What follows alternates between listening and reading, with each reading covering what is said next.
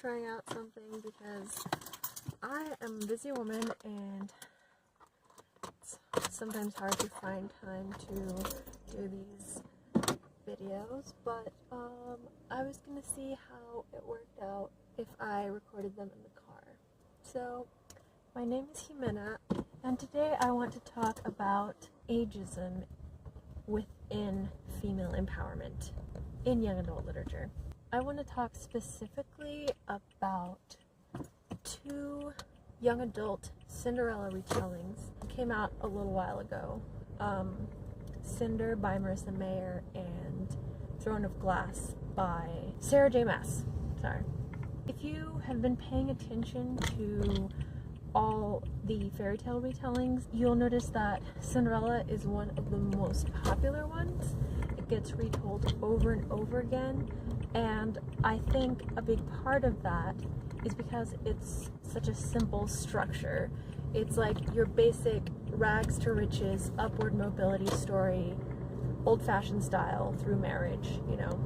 Something that's pretty evident in the earlier versions of the story, such as the Grimm brothers and Charles Perrault's versions, is that Cinderella is a pretty passive character. Her only goals in life are to get married, if she even has that goal, because we don't really know what she wants, and she doesn't really do much. She dances with a prince who falls in love with her because she's beautiful. She either wishes for clothes or like just gets magical clothes given to her, and she gets saved from the tyranny of these terrible women who are her stepsisters and stepmother in most versions of the story, because of a wonderful patriarchal figure, the prince. Cinder and Throne of Glass, both in retelling the story, give more agency to their main female characters. They get to do interesting things and have interesting characters. Cinder is a cyborg mechanic, and the main character of Throne of Glass, Selena, is an assassin. Just cool. Murder is empowering. The princes in both of these stories also fall in love with the main character, Cinderella type person, not just because she's beautiful, but also because she has other qualities. Cinder is a great mechanic, and she's funny and strong, persistent. Selena is defiant, independent, funny, skilled. You know, they have qualities other than beauty. And specifically, the prince character meets them at a point when they are not at their most beautiful. Unlike in the earlier versions, the Grimm brothers version and the Charles Perrault version. I'm not saying original because those weren't the original stories. Cinderella comes from oral folk tales, but like the canonical texts, Brothers Grimm, Charles Perrault, a branch just literally fell off the tree. You're not doing your job, tree.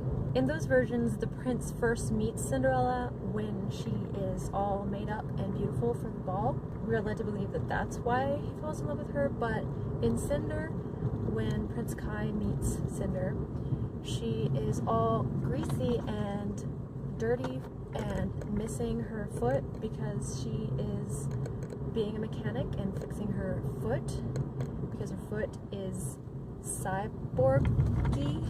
In Selena's case, Prince Dorland, I think, meets her when she has just been in a labor camp for the past year, so she is in a kind of state that you would expect for that situation. But he is impressed by her because she still retains her dignity and her defiance, and she still stands up to authority. Another thing that these young adult adaptations or retellings of Cinderella do differently than the canonical texts is that the Cinderella character, the protagonist, is allowed to have female peers who are complex and not just competitions for the prince's affections. In the case of Cinder, she has two stepsisters, and the younger stepsister, Peony, is one of her best friends. Despite their class differences and the differences in how Cinder's stepmother, Peony's mother, treats each of them, they still manage to have camaraderie and empathy for each other and support each other. And Cinder's little android friend, Eco, is also female. Cinder also has an evil stepsister in the form of her older stepsister, but there is at least a variety of female peers, just like in the real world. Women are just not just represented as rivals. In the case of Selena, one of her greatest allies and friends that she makes in the palace is Nehemia, who is a pretty interesting character in her own right. She is the princess of a country that's colonized by the Empire, and she wants revenge for her people. That's a pretty interesting motivation, and she and Selena get friendly and support each other. All very cool stuff. And even Selena's main rival for the prince's affections, I'm blanking on her name right now, but Selena criticizes her a lot, calls her like basically a traitor to their sex, because she's trying to tear down on other women and she is vapid and all those kinds of stereotypes. But in the chapters that are from the point of view of that character, we find out that she is actually being manipulated and that she is a lot more complex. She's sort of driven to the point of sickness and mental distress by her all-consuming need to be in power and take control of the throne by way of marrying Prince Didi. And it turns out that a lot of that is because she's being manipulated by a patriarchal figure, her lover, the Duke of something or other. All the younger female characters, the main character and her peers, are allowed to be complex and have different roles. Be sympathetic, be cruel, be all sorts of different things, unlike in the canonical versions of the text. Okay, I'm gonna end this part of the video here. I have to go walk the dogs and enjoy nature and all that good stuff. So, where were we? So, unlike the younger women, the older women don't really get a more nuanced treatment than they do in the canonical versions of the fairy tale.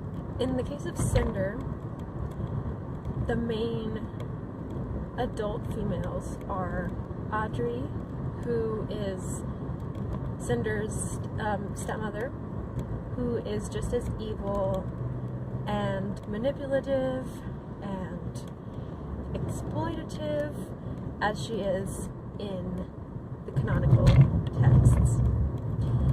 She basically only keeps Cinder around because Cinder makes her money by being a mechanic.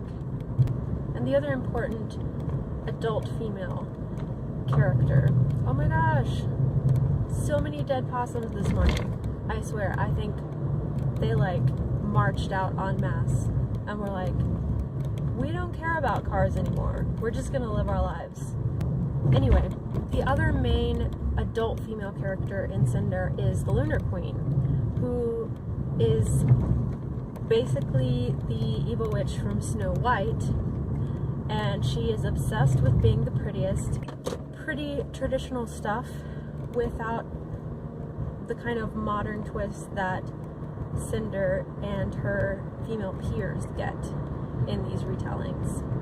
In the case of Throne of Glass, there really aren't any significant older women. There's basically the queen, who doesn't do anything. She has like 2 lines in the whole book, and all she does is nag Dorian, being like, marry someone, or whatever. I don't know. I can't even remember. And there's also this older servant woman who helps Selena get dressed, and that's about it, you know?